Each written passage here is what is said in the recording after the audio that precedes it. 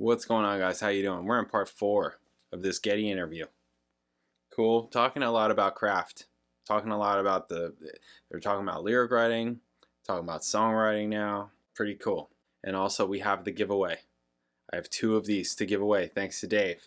If you want one, here's how you submit. You need to email me at jpanreadsemail@gmail.com. Also, you need to live in the US or Canada. Email me jpanreadsemail@gmail.com. In the subject, write boss man, and in the body, send your name and your email address.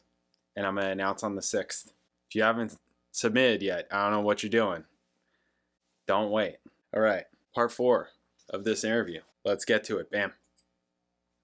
And musically, I mean, I didn't want to give the impression when I was talking about being open to influence and just being free to imitate and copy, that's only something you do when you're young. Because I still... Right. I still will have an encounter with a book, say by a contemporary writer, and the experience of reading it makes me think, I want to try something like that. Yeah, whether it's the a jumping Cloud off Atlas point. by David Mitchell. Could be or anything. There's a lot of structural play in the book, or Dennis Johnson's Train Dreams, where he tells an entire man's life story in a very compressed, 110 page space. So that I'll read a book like Train Dreams and think, I wonder if I could do that. I wonder if I could tell a life story of a whole man's life in a very compressed. Do you still have encounters with Absolutely. sort of new music like that? Sometimes it's singers. Sometimes when I hear a singer, I go. Like the first time I heard Bjork. Now, I've mentioned this. I know, Wow. not a lot of heavy rock people are Bjork fans, but she's one of the most incredible singers I've very unique. seen live. Cool. So her vocal range and the way she uses her voice, I always find very inspiring. When I first heard her sing the song Isabel, which I don't know if you know that song, but I thought it so evocative. I found her intensity so moving that those moments make you want to go in the studio right away and work on something. They make you remember why you're a musician. Exactly. I had the great pleasure to see Jeff Beck this year at Royal Albert Hall in London. And was he with a band? Yeah, just him and his band. Because I know he was touring with Brian Wilson for a little while. Oh, he was? Really? I didn't know that. Really? But, I hadn't seen him since, quite a few years, because I was a huge Jeff Beck fan. And, he's older, but he looks great. I mean, his little leather vest and his, aviator glasses, and he wails. And I just wished Alex was with me at that moment, because I know how inspired he would have felt by that. So that kind of thing happens all the time. And when I see a great musician doing something remarkable, it makes me very happy that I'm a musician. It makes me want to go to work. So I wanted to ask you just about the role of music in your earliest memories, in your early home life. There's that funny moment in the documentary I referred to before, where your mom talks about how Perry Como was her music. And so, I mean, how did you first become aware of music, and in what form, and if you can go as far back as you can remember? Well, it's interesting because music did not play a big role in our household. Like, I don't think the radio was ever on that I recall. Wow. Even Perry Como? Even Perry Como. But I remember in the car, of course, my parents always listened to music in the car, usually just pop music. My mother loved Elvis, I think, and Frankie Lane, and Perry Como, obviously. But it was not emphasized in my household at all. Now, when my sister was little, in our little suburb, it was the appropriate thing to do to have your children learn how to play piano, take piano lessons. So we had a little piano in our house, and my sister took piano lessons.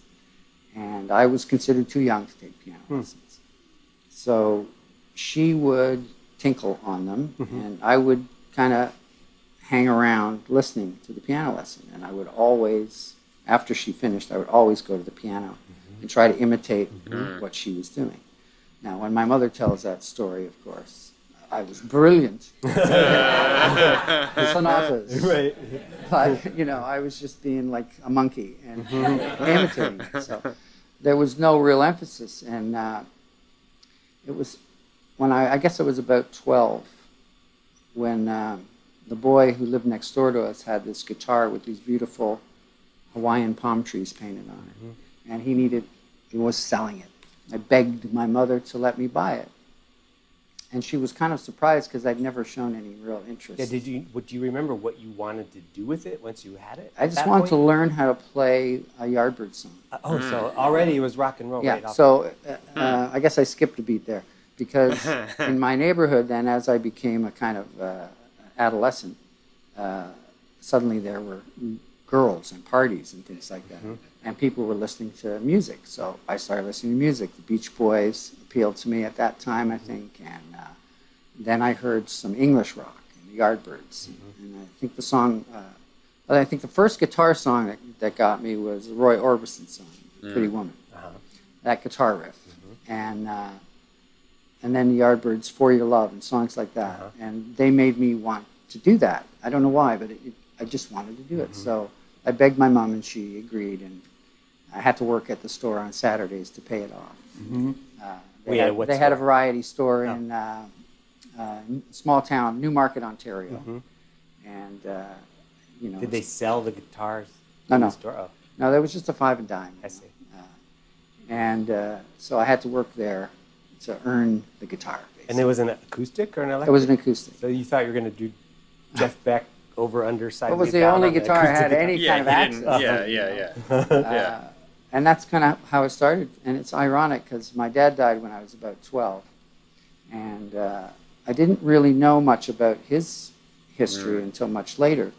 And once I started hearing stories about them in the old country, apparently he was a musician. Oh, you're kidding. Yeah. And what did he play? He played the balalaika. Wow, he played a string instrument. Yeah, he played a stringed instrument, and he used to play at bar mitzvahs and things like that. Wow. And now, I know, so your parents, I'm sure most of the people here know, but people watching, your parents were both survivors of the Holocaust. Right. And so your father's, where were his people from, and what did he? Well, my mother and dad were both Polish. They were from 2 small towns, sort of central Poland. And they didn't meet each other until they were in the camps. That's where they met. They met in a displaced persons camp after? Or No. They met in a work camp. Wow. After the Nazis had come and sort of taken the males, you know, the leader types away and shot them all. And so they were all sort of adolescent kids and moms that were left.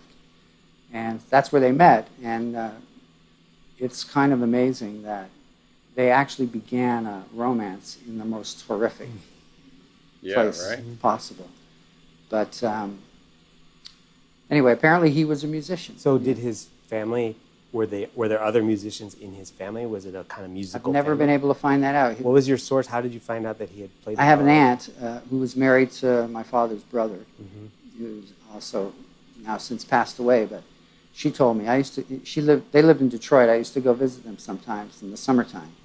And she told me all these stories about how he used to play. And then I asked my mom about it, and she very guiltily said that, he wanted to take the instrument. She doesn't talk like that. He wanted to take the instrument across the border. I wouldn't let him. Oh. I feel a little guilty about that.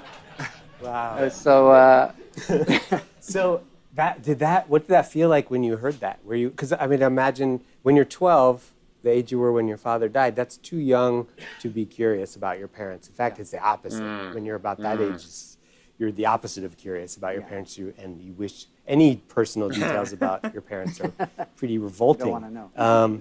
As my 13-year-old daughter would readily attest. But so there comes that age, maybe typically in your late teens, early 20s, where you actually do start to get curious about how did I get here? Where did I come from? Well, when my aunt told me that about my dad, I just instantly, it just explained everything to me. It's in my gene pool. And I was very happy about that. I was thrilled about that. Of course, then I started asking my mother tons of questions about it, but she didn't really have a lot to say. Probably. Did she know him? She didn't know him when he was playing music. Not that well, yeah. So they found each other at the end of the war again. And then all the time you take up the bass, you start playing in a band, the band's rush, at all that time, she never happened to mention to you that your dad used to play? Never, because she didn't want me to be a musician originally. But okay, it's too late now. I mean, the dangers. No, in the early days, it was the last thing she wanted to do was encourage me. She wanted me to be a professional, a lawyer, a doctor, somebody. But that wasn't in the cards for me. And it was only after I started showing her that I could support myself that she became more amenable to the concept of me being a musician. Cool. Yeah. The last part had good stuff in it too. This part had a lot of good stuff in it also. Yeah. Cool. Interesting stuff.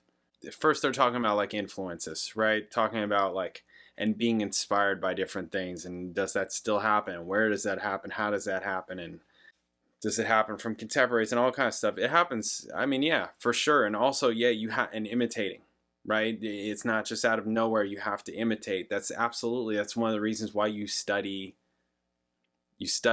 That's why I say things like all of the answers for music is in the recordings. All of it.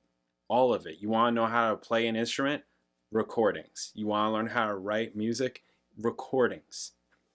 You want to learn how to produce music? Recordings. Yes, there's more to it than that, but really, it's all in the recordings. Like the gold is in the recordings. Maybe the technical things aren't in the recordings, like physically learning how to play the instrument, but all of the notes, all of the arranging, all of those kinds of things, what can be done, all that stuff is in the recordings. It's all in the recordings. How to write things with like harmony and theory and stuff, that's also in the recordings. Like, yeah, you can go deeper, you can do more, but it's all in the recordings, really. I mean, yeah, you're not going to learn specifically what some technical piece of equipment is or whatever in a studio from a recording.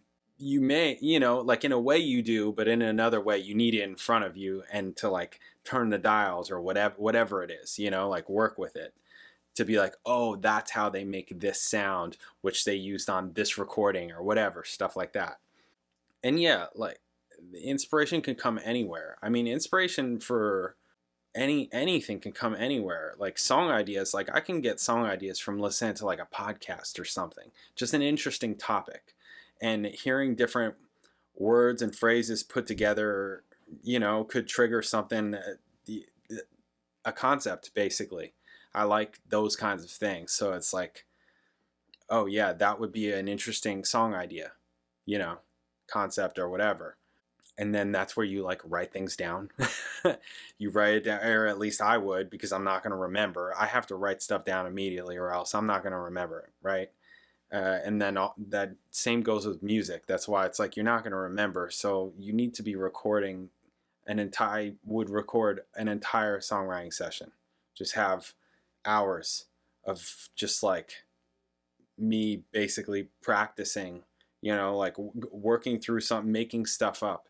And a lot of it's bad until you get to something. And then you're like, okay, this is pretty cool. You play something that is interesting to you. You're like, this is pretty cool. And then you like keep on working it. You keep on working it. And it's like, okay, that's cool. And then what comes next? And then let me keep going with it. You just hash it out.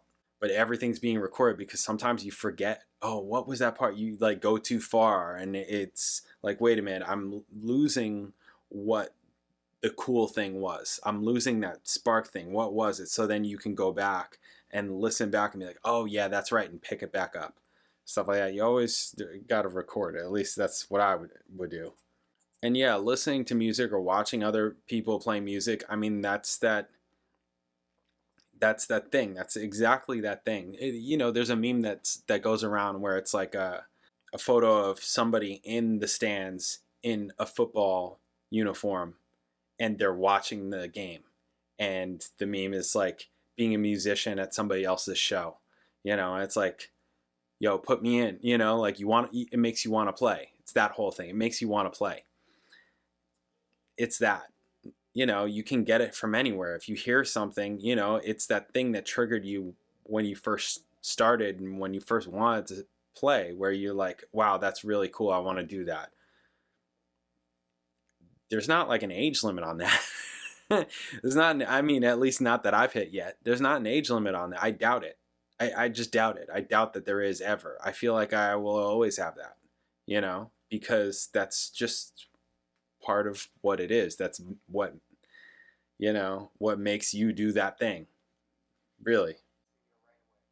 Oh yeah, it's interesting you said Bjork. You know, I haven't dug into Bjork enough. I've heard Bjork, I've listened to a few of her albums. It's been a long time. It was like college when I was checking her out, but she is really cool. Like I remember thinking that, you know, like wow, she's like super unique, like very different and an artist.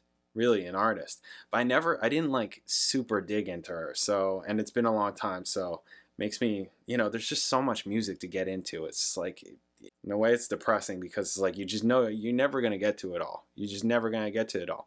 And you never know what you know, there may be the one thing that like sparks you to write this one thing, and that's the thing that makes things happen for you. You just, you know, your mind goes crazy. You just never know. And also it always feels great to have that inspiration, that motivation, that spark, because it gets you excited about it again. You know, it makes you feel alive. It's all of that. Yeah. So it's cool you said Bjork. Wasn't expecting that.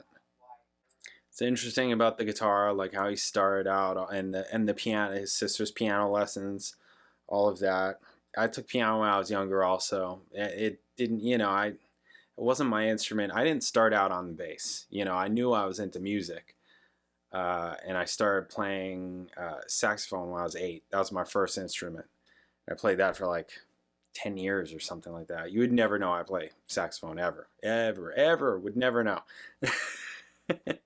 But I did. And it wasn't until I found the bass, which was when it was like, oh, that's what I want to, that one, that right there. That's what I want to play. You just didn't have the experience. It wasn't exposed to you, that kind of thing. No different than he got exposed to that acoustic guitar that his neighbor had, and he's like, why acoustic guitar? How, you know, because that's that's what was in my world right then. We didn't just have the internet or like all that like it wasn't just in your face. You know, I had concert band instruments in my face because that's what was at school. There wasn't a drum set. It was literally just a snare and, you know, somebody with the cymbals, and that's it. That's literally it. And then like horns. So that's why I picked the horn. Like I knew I wasn't going to play flute or clarinet or something like that. I suppose trombone could have been cool, but I didn't, you know, just that whole, I don't know. I picked saxophone. So anyways, yeah, what you're exposed to. Oh yeah. And then they're talking about his background a bit more, getting more into that, right? Talking about his parents meeting and all that, just craziness, and his dad doing music. Yeah, interesting. Cool stuff. Yeah, this one had a bit more in it that was cool. The past two have been good. You know, I like things like this. And also I still, even with them being more interesting, I still kind of feel for some reason that this interview feels a little bit kind of like slow. There's something about it that feels slower than like we just did the Alex one. That one felt more, I don't know. It was different. Maybe because he was playing and he had his guitar right there. I don't know. Maybe it was the style of interview. Don't really know. Anyways, it's still pretty cool. All right, we got the giveaway. So make sure, if you want this, live in the US or Canada, email me, jpanreadsemail@gmail.com. Subject, bossman. In the email, your name and your email address. And I'm going to pick on the 6th. Make sure you submit. Cool, we got the last part tomorrow. I'll catch you then.